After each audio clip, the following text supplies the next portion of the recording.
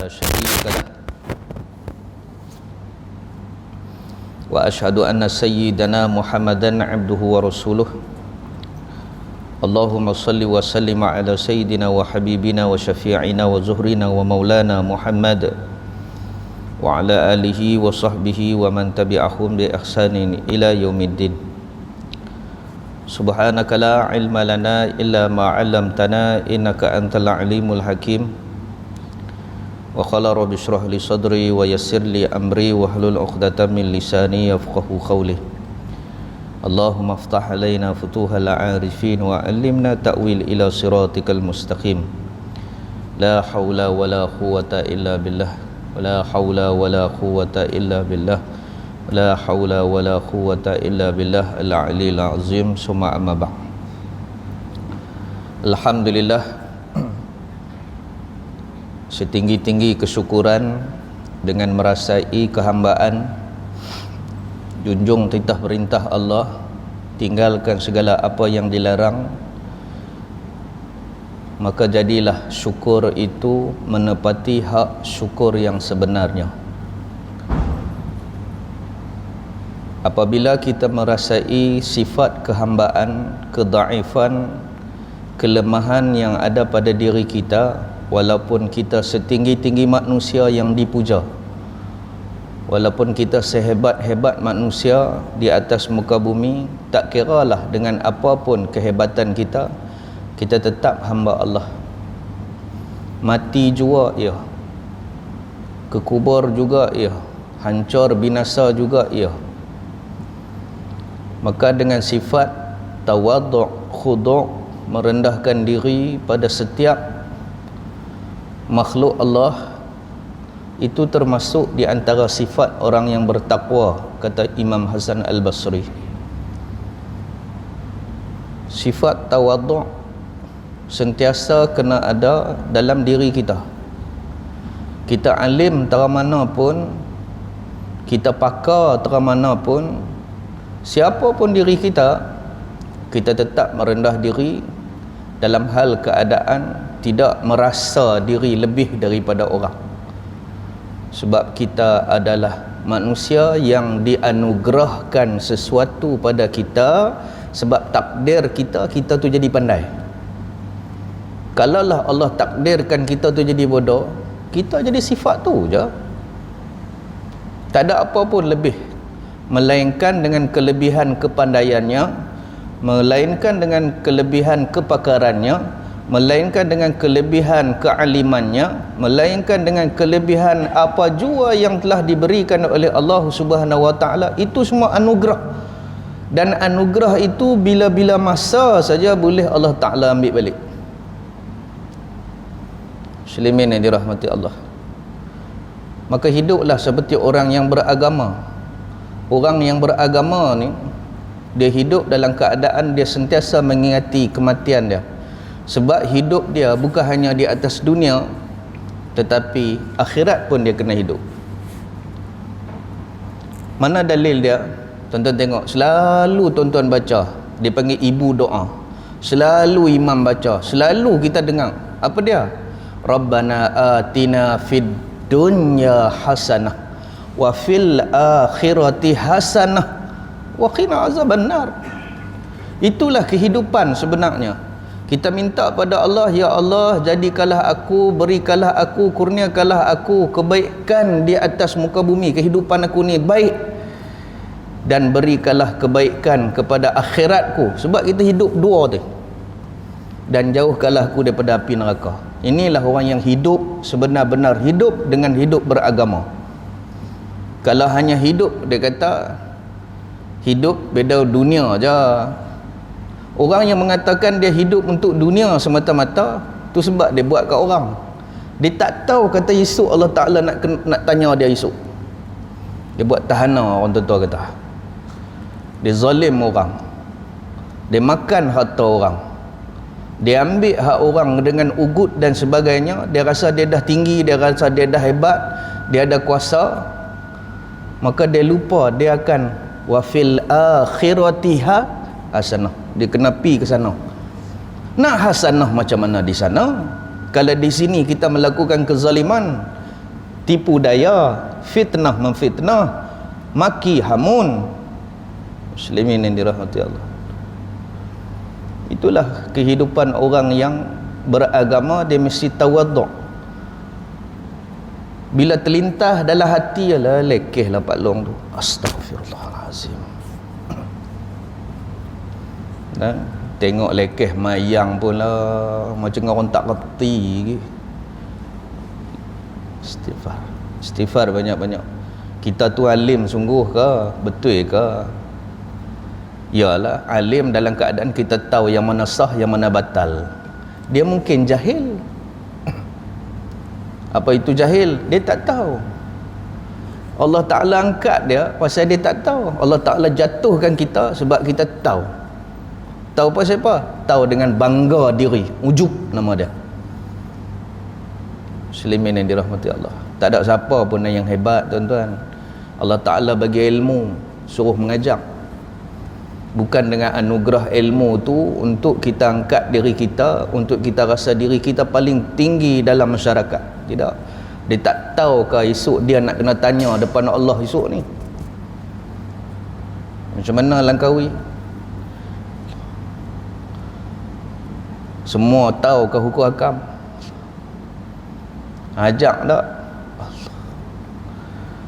Pasal apa ramai yang tak solat? Pasal apa ramai yang tak kenal aku? Allah kata, Allah. Bukan senang nak duduk di tempat yang tinggi, melainkan orang yang inginkan dunia saja. Dia nak duduk tempat tinggi sebab dia ada tujuan lain daripada tujuan yang dia akan berjumpa dengan Allah Subhanahu wa taala. Allahumma salli ala Sayyidina Muhammad. Sebelum saya lupa, esok Ahad Isnin, guru saya yang mulia Abina wa Syekhuna Syekh Nuruddin Marbu Al-Banjari akan berada di Langkawi dengan pelawaan saya. Kebetulan dia ada program di utara, saya pelawar masuk Langkawi, dia mai sampai kapal terbang hari Isnin 29, insya-Allah malam Senin tu di Masjid Temoyong Syekh Nuruddin Marbu Al-Banjari, ulama Nusantara Indonesia. Lepas tu subuh 30 hari bulan di Masjid Al-Hana. Ya, tak tahulah, yang saya minta tolong nasihat, tolong tausiah, tolong bagi satu intipati untuk diri kami orang Langkawi. Apa yang perlu kami lakukan? Ada pihak yang minta untuk buat ijazah amalan dan sebagainya. Saya tak mahu yang tu. Saya nak tolong nasihat kami, bagi ruh kami kuat supaya jasad kami kuat. Muslimin yang dirahmati Allah, alhamdulillah dengan nikmat Islam agama kita, yang kita kenal Allah, kita kenal Rasulullah, kita buat apa yang Allah Ta'ala suruh, kita tinggal apa yang Allah Ta'ala larang. Alhamdulillah dengan nikmat iman, keyakinan kita, walaupun kita tak nampak apa yang Allah Ta'ala kata dan kita tak tahu apa yang akan berlaku, kita tetap beriman dan kita yakin dengan jazam. Putus tu maksudnya tak ada dah ragu-ragu. Itu yang maksudnya iman. Alhamdulillah dengan nikmat iman yang semakin hari kita semakin terasa keimanan tersebut, semakin yakin kita kepada Allah, semakin yakin kita dengan hari kiamat, semakin yakin kita dengan alam kubur, alam mahsyar, sehinggalah kita dimasukkan ke dalam syurga. Keyakinan kita makin kuat, makin kuat dengan kita menghadirkan diri kita ke majlis ilmu, insya-Allah. Baik, kita sambung balik dalam kitab kita Bahrul Mazi, masalah 114.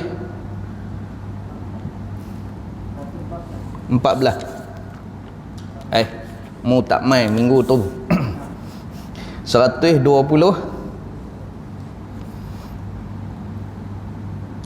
Menikam, habis dah tikam perut. 122 kalau tak silap saya. Bila kita puasa, jaga takut sesuatu yang membatalkan.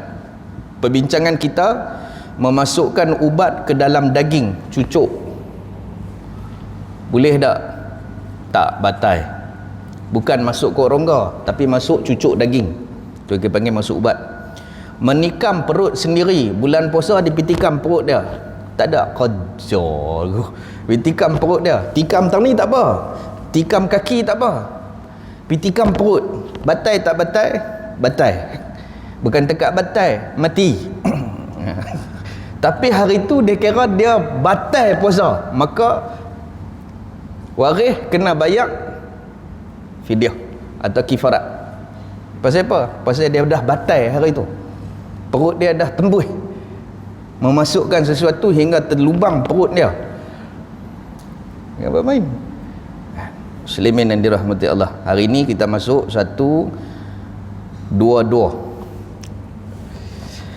Waqala musannif rahimahullahu ta'ala anhu, kata pengarang kitab ini Syekh Idris Al-Marbawi, yang diambil kitab sebagai syarah daripada kitab Mukhtasar Sahih Tirmizi atau Sunan Tirmizi, syarah dalam bahasa Arab Tuhfatul Ahwadhi, syarah dalam bahasa Melayu nama kitab dia Bahrul Madhi yang ada depan kita ni. Moga-moga Allah moga-moga Allah mengampuni dosa Syekh ini, moga-moga Allah mengampuni dosa kedua ibu bapanya, moga-moga Allah mengampuni dosa guru-gurunya, moga-moga Allah mengampuni dosa seluruh muslimin muslimat umumnya.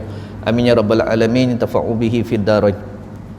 Moga-moga dimanfaatkan ilmunya hinggalah akhirat, dunia dan akhirat. Masalah menelan hujung benang, apa hukum? Kita ambil benang, kita telan. Tak, kita kata macam tak ada kerja. Jangan dia buat main. Orang lah mau tak ada kerja. Naik tempat tinggi terjun, bubuh ikat kaki terjun. Tu kan ada kerja semua tu. Bukan ada kerja. Pacak motor. Tu jenis tak ada kerja semua lah tu. Apa dia lagi tak ada kerja ni? Duduk saja-saja buat tak apa-apa. Tu semua tak ada kerja lah tu. Senang cerita. Okey, kita mungkin ni kitab ni umur dia dekat 80 tahun dah. Dia akan lebih 100 tahun. Kitab ni dia panggil kitab turas, kitab kuning.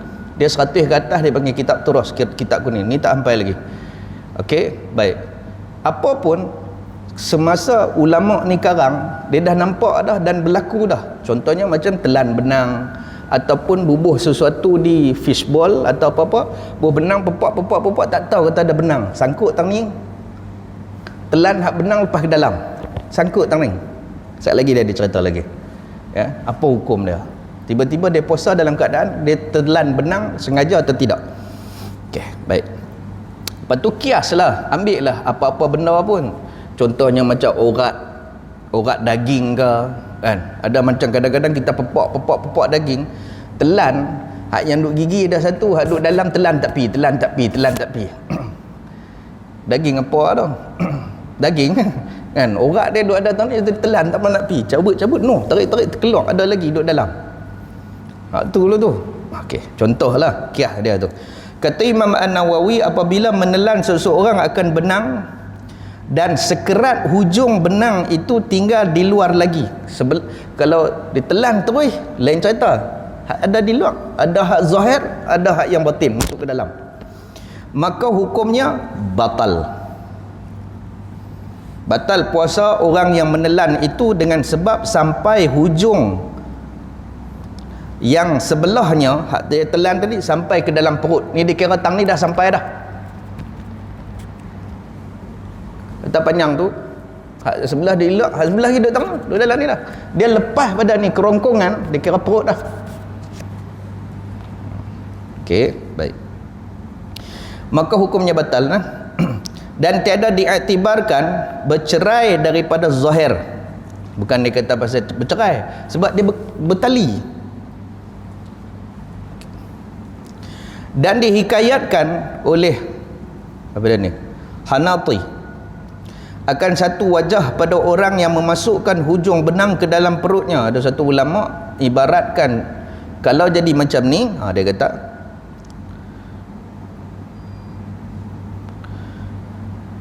hujung benang ke dalam perutnya atau duburnya dan setengahnya tinggal di luar, akan bahawasanya tiada membatal puasa. Maksudnya ada ulama yang kata tak batal. Dia masuk ke bawah ke, dia masuk ke atas ke, kadang-kadang tiup ke, masuk tiup kan, macam di hospital dia jolok tiup.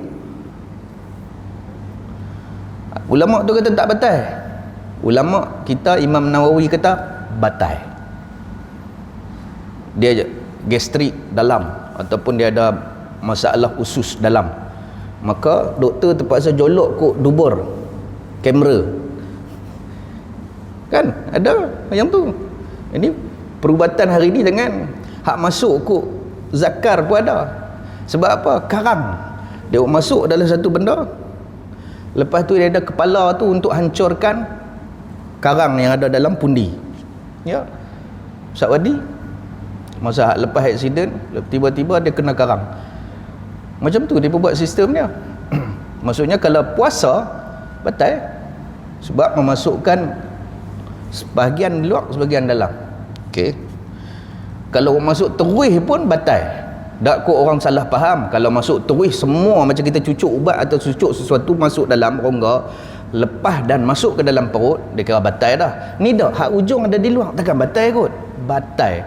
Cuma kata satu ulama tak batal sebab ada hak lagi di luar. Faham ke no?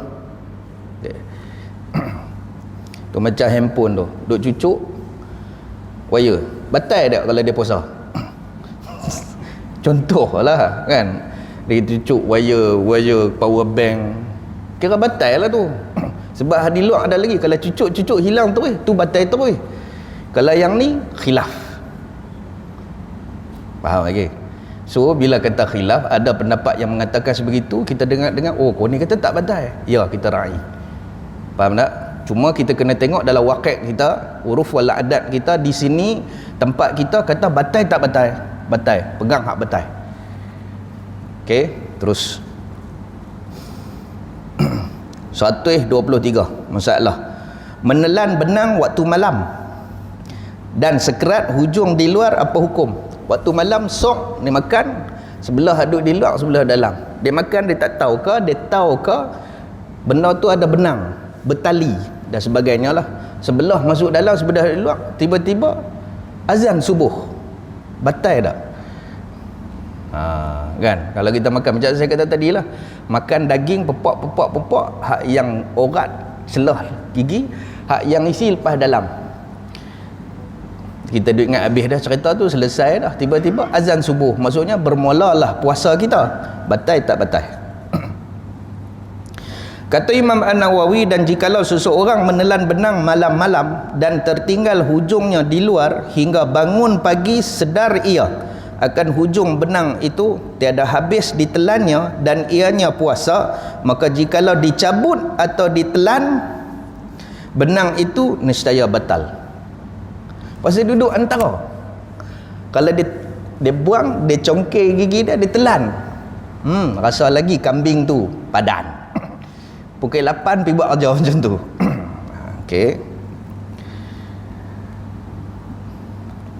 Sedar ia hujung benang itu tiada habis ditelannya dan ianya puasa, maka jikalau dicabut benang itu nescaya batal puasanya, dan jikalau dibiarkannya nescaya tiada sah sembahyang subuhnya.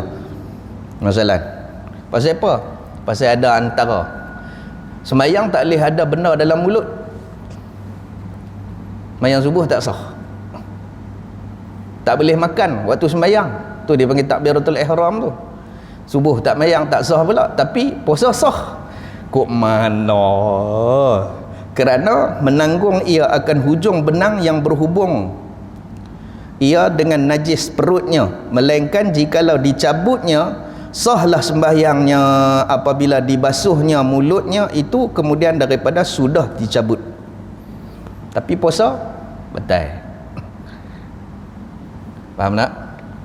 So sebelum nak tutup puasa, orang tua kita ajak, mak kita ajak kumuk.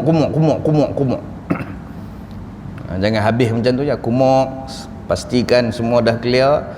Niat nawaitu sauma qadin. Kan? Orang tua kita lah. Kata Imam An-Nawawi telah berkata ashab kita, ulama mazhab Syafi'i, maka saugianya bersegeralah orang lain pergi mencabutkan benang itu di dalam di dalam lainnya. Korang tu lupa, orang lain pergi cabut dan tiada redanya, maka jika sekiranya tiada ada orang yang memperbuat yang demikian, maka hukum padanya itu dua wajah. Yang lebih asah, yang lebih terpilih dalam pendapat, asah tu maksudnya yang terpilih, dipelihara, maksudnya sah sembahyang, maka dicabutnya benang itu atau ditelannya serta batal puasanya. Wajah yang kedua, dibiarkannya setengah benang itu di luar dan setengah di dalam kerana memeliharakan puasa, dan sembahyang yang demikian itu wajib qada atasnya sembahyang. Puasa dia sah. Hoi, celaru tuan-tuan dengan dapat main. Puasa sah, mayang tak sah. Mayang puasa tak sah, mayang sah. Mana satu ni, mana satu ni. Pasal apa yang jadi puasa mayang tak sah? Sebab bila tali masuk ke dalam ni keluar, seolah-olah berhubung najis hak yang kita temuk tu, temuk ni muntah tu, seolah-olah dia berhubung dengan mulut, seolah kita membawa najis keluar. Macam saya kata hari tu, orang duduk tengah mayang, tiba-tiba dia temuk, tua-tua bertemuk. Lalunya budak-budak kecil yang temuk, tua-tua bertemuk, yalah gastrik Ustaz. Dia temuk, tak ada nak keluar, dia telan balik, tak apa. Kalau dia terkelak macam ni, puasa batal, mayang batal. Sebab apa? Najis dah terkelak dah. Benda dalam perut najis, atas badan ni tak, dalam badan ni kalau terkelak tu sebab tak boleh tidur dalam masjid. Takut masa kita tidur, hak terkelak dalam isi perut terkelak, kena kapek, najis tu. Okey, tu dalam perbincangan bab tidur dalam masjid. Kalau boleh berlapik dan sebagainya, kalau boleh tidur di luar lah. Buat rumah tak ada ke? Tanya tu lek, dak saya musafir Kelana. Musafir Kelana tak apalah, tapi tidurlah kat luar. Kalau nak tidur tani juga, ada ruang tak ada ruang, lapik. Sebab apa? Takut isi perut waktu kita tidur tu. Hak keluar tu ayat liok basi, tak apalah, daripada sini ke atas ayat liok. Hak daripada sini hak temuk. Tadi makan kari Haji Ali, main-main tidur di masjid. Kan? Terkeluar rasa pedih sampai ke sini. Terkeluar. Najis tu. Sebab apa? Muntah kan najis. Tambah-tambah kalau kena baju kena basuh. Solat tak sah. Faham balik itulah. Okay, sebab tu benang tu menghubungkan najis ke luar mulut. Najis tu apa dia? Isi perut hak yang duduk dalam tu. Hak yang bila temuk tu dia rasa pedih. Tu yang najis tu. Faham lagi nah? Okey, baik. Muslimin yang dirahmati Allah, yang mukhtar dia yang pertama tadi. Yang terpilih, yang asah, iaitu cabut benang itu atau ditelan batal puasa, ataupun jaga sembahyang. Tuan-tuan nak buat mana? Tuan-tuan pilihlah. Tuan-tuan nak buat mana? Saya beri dua pilihan. Nak batal puasa ke nak batal sembahyang? Batal puasa, tuan-tuan nak kena ganti no. Batal sembahyang, dah tahu kata batal subuh, masa masih ada, sambung balik, adaan lagi. Faham tak? Tapi kalau dah terbit matahari, tuan-tuan kena qadaan. Maksudnya tak payah nak bawa sampai bulan tu. Tapi kalau Ramadan bukan boleh ganti dalam sehari berlaku dua. Tak boleh. Faham tak? Tuan-tuan nak mana? Batas mayang lah kot tu. Tuan-tuan mati. Oh, dia kacau macam-macam. Ada orang pilih untuk batal sembahyang daripada batal puasa. Sebab puasa ni jarak dia jauh. Kalau sembahyang sat lagi qada dah. Dah tahu kata, oh aku dah terbatal subuh tadi. Sebab terkeluar benang ni dengan hak depas dalam. Maka dia qada balik subuh dia. Dia kumuk, dia qada balik. Macam mana dia buat? Nak cabut tak cabut? Cabut. Dia tergantung. Tunggu ambil buka puasa, tergantung. Tak ada kerja. Betul mengkelan pula tu, benang duduk dalam, boleh duduk ke? Tak tahu jawab macam mana pun. Yang tu bukan masuk fiqh dah. Fiqh dah terang dah. Hak lebih tu duduk kat kita. Kita nak buat hak ni ke? Nak buat hak ni. Tu maksud dia. Fiqh dah terang dah. Oh, nak sampai detail ni jenuh. Sebab kalau tanya saya, orang ni saya bagi pendapat macam ni, orang ni saya bagi pendapat ni. Sebab apa? Cara dia tu fiqh. Jangan kata semua orang kena pakai pendapat ni. Tak boleh. Melainkan dia tu memang dah difatwakan. Faham tak lagi mengaji fiqh? Fiqh ni maksudnya apa yang kita faham dan bagaimana cara orang nak terima tu. Itu dia, fiqh ni maksud dia faham. Faham macam mana nak menghadapi masalah tu. Okey, apa nak buat macam mana? Saya sayang sembahyang saya. Sayang sembahyang. Buat macam tadi, iaitu awal-awal cabut sembahyang, tapi puasa batal automatik. Okey. Lagi 124. Memasukkan anak jari ke dalam jubur, tak ada kerja. Apa hukum puasanya? Dia jolok. Tuan-tuan, saya nak pesan ke tuan-tuan, dituntut waktu kita istinja, waktu kita cuci berak, angkat jari ni sikit, korek lubang dubur. Kalau tak ada ayak, pakai batu, tekan ni, tekan, buang, tekan, dah yakin. Mau kalau bau juga ambil lain. Tapi pastikan ia adalah najis kerah. Mau cirit tak beraya, dia kena sekali dengan ayak juga. Okey, itu dalam bab istinja batu. Okey, istinja dengan ayak, tekan sikit, tekan, oi. Contoh. Okey, memasukkan jari ke dalam dubur, apa hukum puasanya? Kata Imam An-Nawawi, jikalau memasukkan seseorang laki-laki akan jarinya atau lainnya ke dalam ehem-ehemnya, atau memasukkan seseorang perempuan akan jarinya atau lainnya ke dalam ehem-ehemnya atau farnya, faham ni Rilana? Dan tinggal setengah jari lagi ada di luar, duduk dalam ni, tak apa. Adakah orang jolok sampai habis ke otak? Tak ada lah, orang korek tang ni je. Tapi kalau tinggal separuh jari, apa hukum? Setengah jarinya di luar, nescaya batal puasanya. Tu maksudnya, kalau masa kita basuh berak, tekan sikit tak apa. Kalau termasuk pun hujung, ada setengah jari ke? Setengah jari ke? Sikit sangat. Tak pernah orang korek hidung sampai habis jari-jari.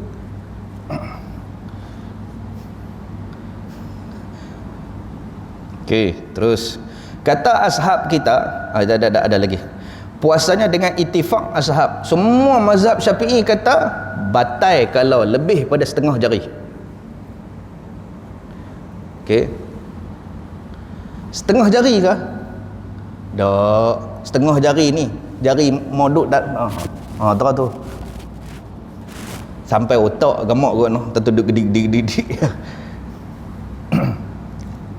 Terus kata ashab kita, ulama mazhab Syafi'i, dan saugianya bagi perempuan yang puasa bahawa jangan melampau-lampau ia pada istinja.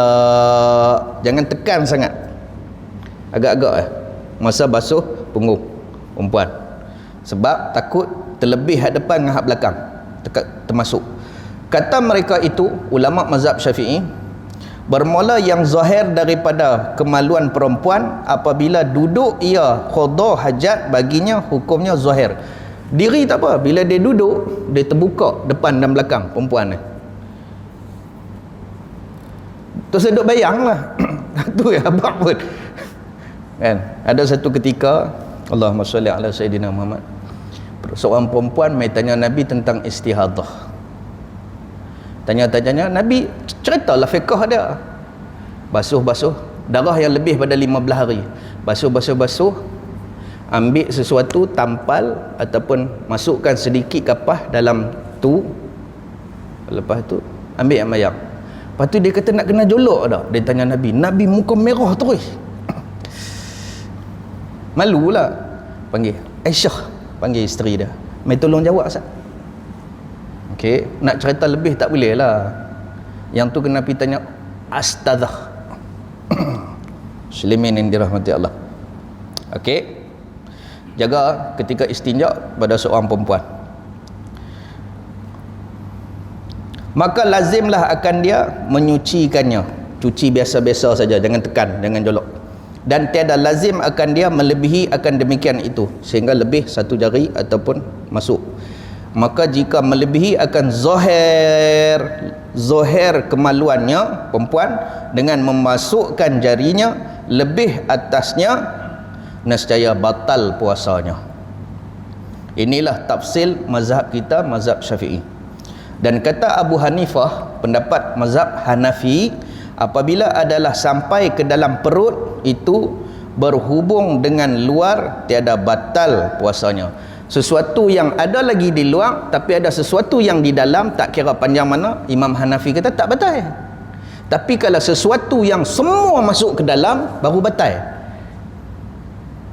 Cukup nah, cukup dekat tu ya.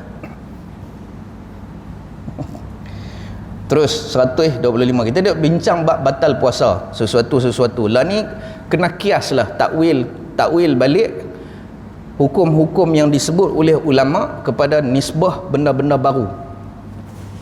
Tiup ke kan orang sakit, ataupun sesuatu seperti jarum ke yang kita gunakan zaman hari ni. Memasukkan sesuatu ke dalam telinga, apa hukumnya? Apa hukum puasanya? 125. Kata Imam An-Nawawi rahimahullahu ta'ala, jikalau menitik seseorang ke dalam telinganya akan air atau minyak atau lainnya daripada keduanya, maka sampai ia kepada otak, sejuk sampai ke dalam, ada dua wajah. Dia ambil air, dititik, ataupun dia ambil minyak, dititik. Yang lebih asah, yang lebih sah, yang lebih kuat pendapat daripada keduanya, batal puasanya. Minyak ke air, sampai rasa sejuk, sampai rasa dalam, batal puasa. Yang ni lebih kuat pendapat ni. Maka dengan dialah memutus oleh sahibul muhazzab dan an-jumhur.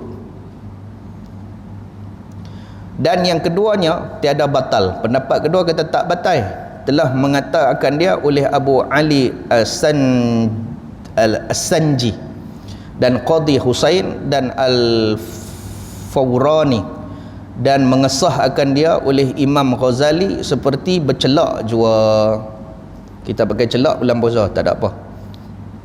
Masa kita jolok telinga kita ni kata tak batal. Ada satu pendapat, tapi yang lebih asah kata batal. Dan mendakwa mereka itu akan tiada lubang tembus daripada telinga ke otak, mana ada pun. Maka mereka kata tak batal. Hak pendapat pertama kata sampai ke otak kan. Bukan pendapat sampai ke otak. Dia pergi ke mana? Sampai otak Hasan. Telinga ni. Tak kan? Betul juga. Tapi kita raih pendapat hak yang asah mengatakan batal, sebab memasukkan sesuatu yang tak balik. Macam benang tadi boleh tarik balik, ataupun ni minyak dengan air. Celak. Macam kata celak seperti bercelak mata. Dan seperti masalah jikalau meminyak seseorang akan perutnya, seolah-olah macam meminyakkan perut, seperti juga dia masukkan dalam telinga, bahwasanya liang-liang romanya mengisap akan minyak itu ke dalam perut, maka tiada batal. Kan kita ambil minyak panas, sakit perut malam, makan apa dia atau ke kebun, dum daripada kompang kampung nak sambut kenduri lagi, perut bunyi. Ambil minyak panas sapu, betul tak kita rasa sup panas tadi hampir perut, betul kan? Tak batal pun. Macam tu juga. Ni dalil-dalil yang ulama bagi. Okey. Dak, yang ni lubang lain, yang ni lubang lain. Faham itulah. Senang cerita kata batal lah. Pasal tu lebih sah. Terseduk masuklah minyak-minyak ke telinga. Ada duk buat kerja tu kah? Okey, kalau jadi macam ni. Menatang masuk telinga. Menatang masuk telinga. Semut ke, kalau jengking ke, dia ingatkan sarang dia kan. Dah lah berkerok, dia pun masuk. Saya pernah masuk tu pada ramah-ramah putih tu. Ramah-ramah putih, hak kecil. Kalau musim bendang nak ambil padi, ramah-ramah putih tu banyak, hak gatai. Tidur di kampung, dia masuk telinga. Sudah. Tapi bukan bulan puasa. Macam mana nak buang dah? Lagi jolok lagi dia masuk. berdengung kepala. Ambil kapok makan sapu sini, tapi kapok tak ada. Ambil apa? Minyak cat kapok ke apa-apa, sapu tang ni. Sekali lagi tengok dia hunduk reverse, dia tit pasal panas. Tu kalau jadi contohnya ada satu masuk dalam telinga, kita titik bulan puasa, batal tak batal? Batal lah.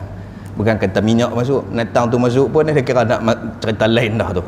Okey, muslimin ni rahmati Allah, saja ceritalah kok jadi apa-apa masuk telinga anak-anak, ambil benda panas sapu di sini. Sekali lagi dia hunduk balik, semut ke apa ke semua dia akan keluar balik. Orang tua kata bubuh kapok, ya kapok panas sifat dia, maka kita takwilkan kepada sifat panas ni apa dia selain pada kapok. Dah tak ada, kena jadi MacGyver lah tuan-tuan. Apa dia sifat kapok pula ni, kata orang fiqh kapok tak ada, cari hak sifat kapok apa dia, ya hak tujuan dia, ingredient dia tu, kandungan dia, iaitu punca dia memanahkan hingga natang tu keluar. Itulah fiqh ni dia kena cekak muslimin yang dirahmati Allah.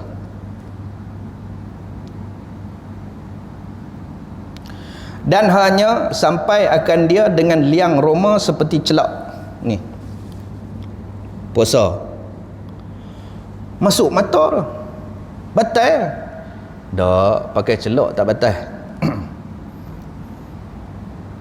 Okey, terus 126, makan anak batu dan tanah apa hukum puasa? Ni kira lapang sungguh dah ni. Ambil batu keruk ataupun duk lari ikut pantai, jatuh tersembam perong. Pasiak tu panggil anak batu lah, halus-halus masuk dalam mulut, tak pepak keriak ataupun tanah masuk mulut, pacak kepala, buat pelit, jatuh kepala dulu pom masuk mulut tanah. Apa hukum dia waktu kita puasa?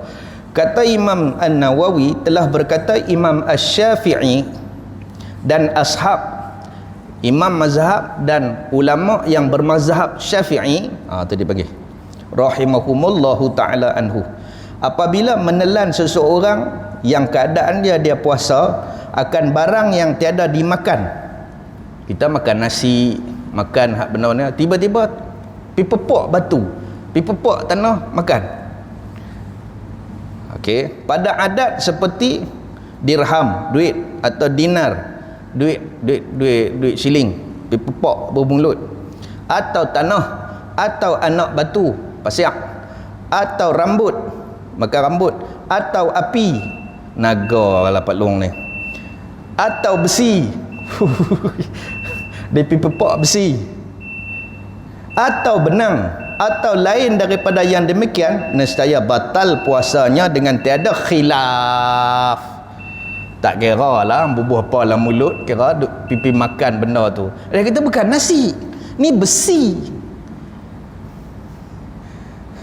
Tak kira lah benda tu orang tak makan ke, orang makan ke, benda tu tetap akan batal dah, dia telan. Okey, dan dengan dialah berkata Abu Hanifah, pendapat Hanafi, dan pendapat Maliki, Imam Malik, dan Ahmad, maksudnya Hambali, dan Daud, dan jumhur ulama daripada salaf dan khalaf. Salaf tu apa dia? Salaf 3 kurun pertama daripada hijrah Nabi sampai itu dipanggil salaf. Khalaf bila dah mula selisih pendapat.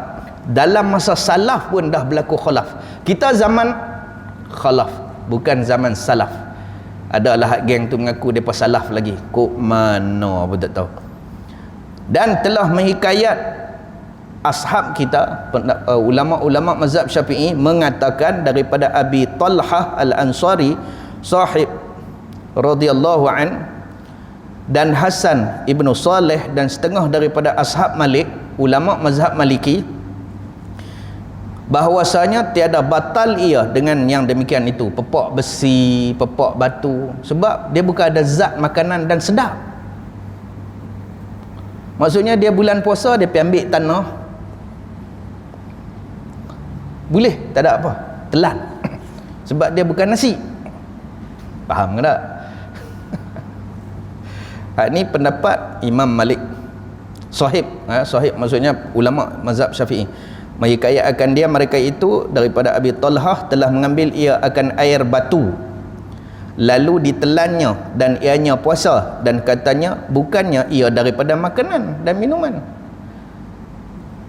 Ayak batu tu, ayak batu air tu, air yang sudah jadi batu. Air lah, ketui air, buah mulut keruk, kena ketui air tu pula rasa oren. Ada kata bukan, aku bukan minum. Jangan tolak, ni ulama ni.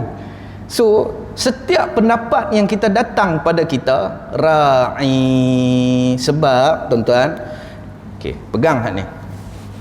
Kalau kuantum memberi pendapat dan dia betul, dia dapat 2 pahala. Sebab dia nak bagi orang elok. Kalau orang tu bagi pendapat dan dia tak betul di sisi Allah, dia bagi pendapat sebab dia nak bagi betul. Sebab mesti ada pro dan kontra. Dalam hidup ni mesti ada pro dan kontra. Bila dia bagi pendapat tiba-tiba salah di sisi Allah, dia tetap dapat pahala. Yang inilah nama dia khilaf.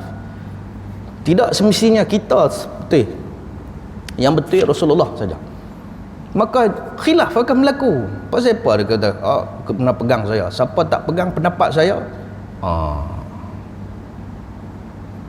Okey. Cuma mazhab itu ialah tempat kita rujuk sebagai usul, kaedah-kaedah. Kaedah nak pelepas macam ni, macam mana. Mazhab ni maksudnya tempat tumpu kepada satu-satu hukum. Tempat pergi ambil hukum. Macam kita kata, kuah tangki ayak mana? Penarak. Penarak ke? Kan? Contoh ke? Macam kami belah ni Padang Saga. Tempat ayak tu mai pada mana? Pusat dia. Itulah mazhab dia panggil. Tempat pusat tu mai. Jangan bila rumah saya tak ada ayak, saya main-main hingat di Penarak. Kena tak? Faham tak lagi? Contohnya elektrik rumah saya tak ada belah Cendek Kora. Di kuah menyala, saya main mengamuk kat pencawang sini. Kena tak? Tak. Pergi tengok kat pencawang sana lah, kok kena lintang ke apa-apa. Itulah mazhab. Tempat mana kena pergi dulu sebelum pihak pusat. Faham betul? Okey, dah faham lah tu. Bunyi dah. Nanti kita sambung. 127, menelan sesuatu yang tinggal di celah gigi. Kan? Daging kambing hak malam, Allah, makan sok daging kambing. Tak mai ke siang, gigi tak gosok apa semua, mai ke siang tengok ada lagi. Nak telan ke nak buat macam mana? Minggu depan. Dekat tu saja tuan-tuan, minta maaf kalau ada terkasar bahasa, terlajak bicara. Yang baiknya daripada Allah Subhanahu Wa Taala. Segala keburukan itu daripada diri saya sendiri. Saya ulang, 29 hari bulan Masjid Temuyung, Syekh Nuruddin Marbu Al-Banjari, insyaallah. Aqulu qawli hadza wa astaghfirullah li wa lakum wa lisairil muslimina wal muslimat. Bismillahirrahmanirrahim. Allahumma faqihna fid din wa 'allimna ta'wil ila siratikal mustaqim. Allahumma ja'alna minan najihin wal faizin fid dunya wal akhirah. Allahumma rzuqna mutaba'ati Rasulillah sallallahu alaihi wasallam. Sallallahu ala sayyidina Muhammad wa ala alihi wa sahbihi ajma'in. Alhamdulillahirabbil alamin. Assalamualaikum warahmatullahi wabarakatuh. Allahumma